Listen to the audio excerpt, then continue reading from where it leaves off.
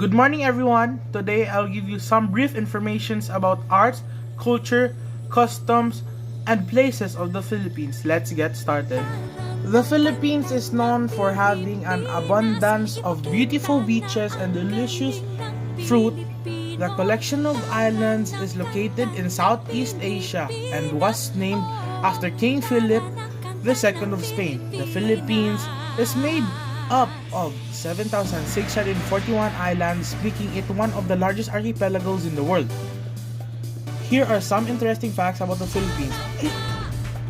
It's home to the world's longest underground river. There are 175 languages in the country. It boasts three of the world's largest shopping malls, an island with more volcanoes than towns. It's the home of Asia's first basketball league. Now, we will talk about the art of the Philippines. Arts in the Philippines have various forms in terms of arts that have developed and accumulated in the Philippines.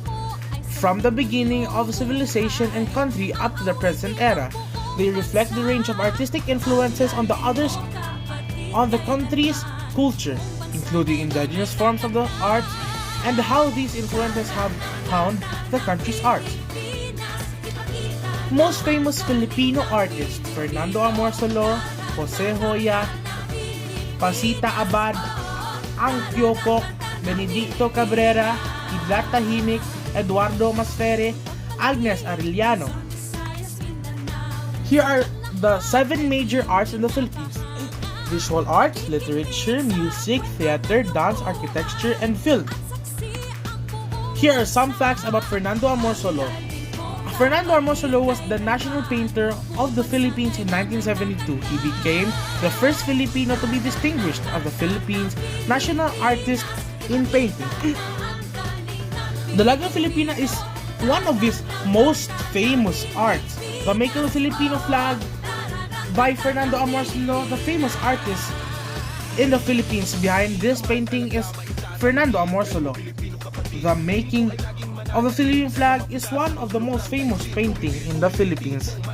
Some national artists of the Philippines: Fernando Amorsolo, 1972 painting; Francisca R. Aquino, 1973 dance; Carlos V. Francisco, 1973 painting; Amado V. Hernandez, 1973 literature; Antonio J. Molina, 1973 music; Juan F. Nakpil, 1973 architecture; Wilmar E. Tolentino, 1973 sculpture; Lamberto V. Avalenia, 1976 theater and film. Art are divided into 2 distinct branches. Each branches is further divided into various categories and with subcategories. First is the traditional art. The traditional art in the Philippines is composed folk art, tree textures, maritime transportation, weaving, carving, folk performing arts, folk literature, folk graphics and plastic arts, ornaments, textiles or fiber arts, pottery, and other artistic expression of traditional culture. Here is the non-traditional arts. The non-traditional arts in the Philippines encompass dance, music, theater, visual arts, literature, film and broadcast arts, architecture, and allied arts and design.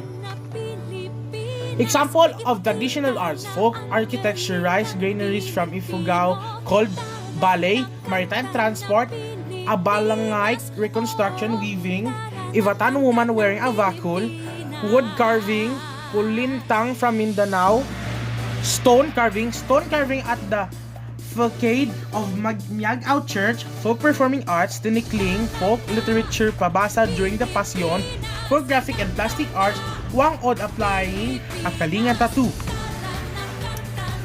Ornament, Marian depiction at the Manila Cathedral, textile or fiber art, Filipino clothing exhibited at the Philippine Textile Gallery and Mestiza dress, 1930s, pottery, boreal pots with the right having wave designs, other artistic expression of traditional culture. The largest church bell in Asia, housed at Panay Church.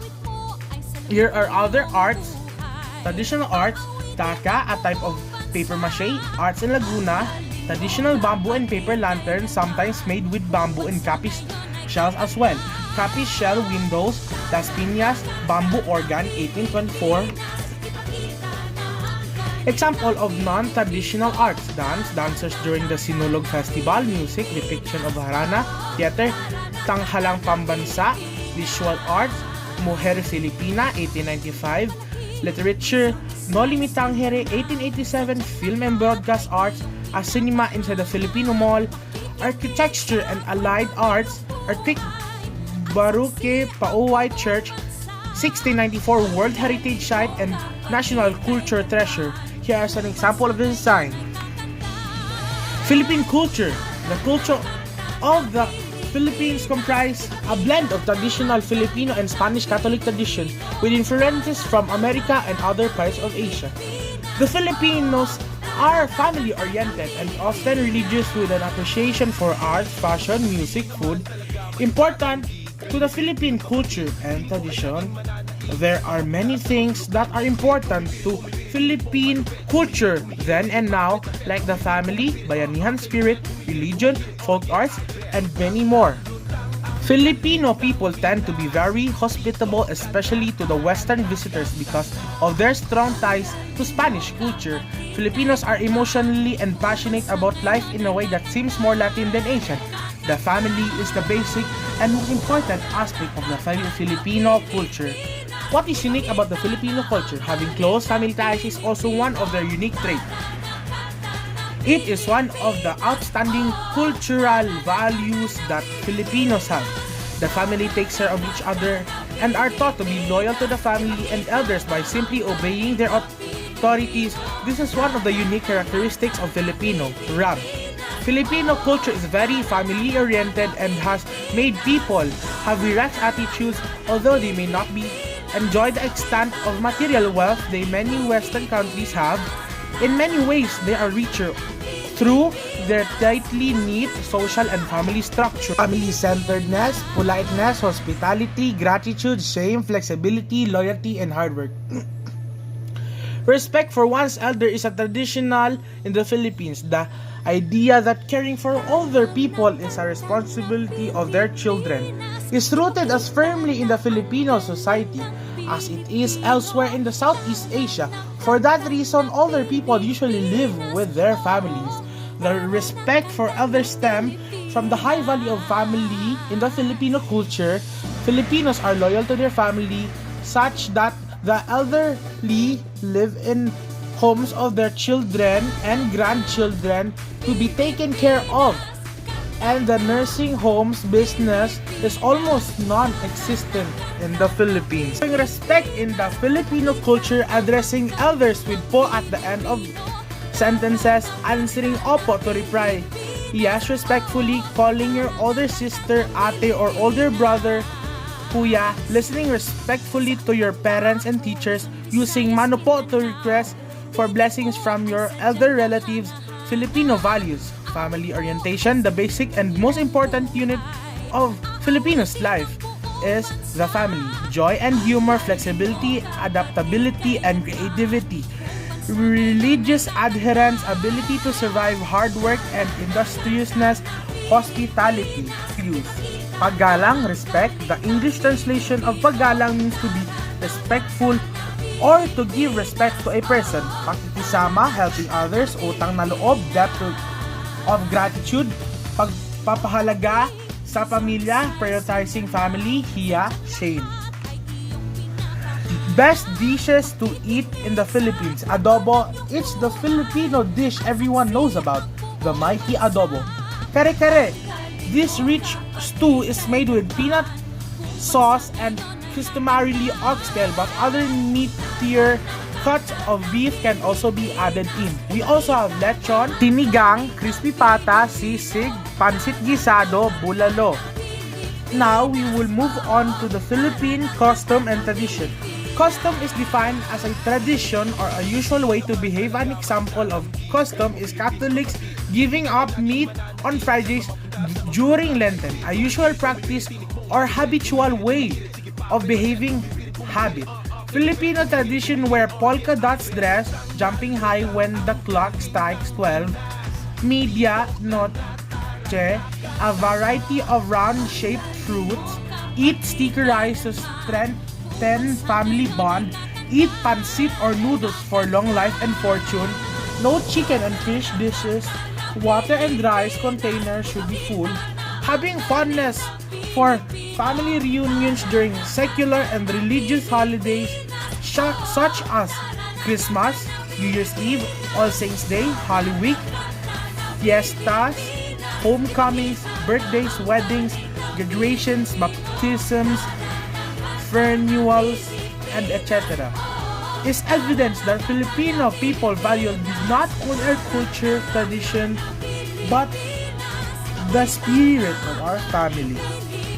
Now we will move on to the historical places in the Philippines. To be remembered by many people for having done something, he'll go down in history as one of our finest leaders. Stories bring places to life and places attach special meanings to stories. Every story takes place somewhere and every place has a story to tell. Historians, especially active historians, have a responsibility to tie the stories we tell to the places where they unfolded.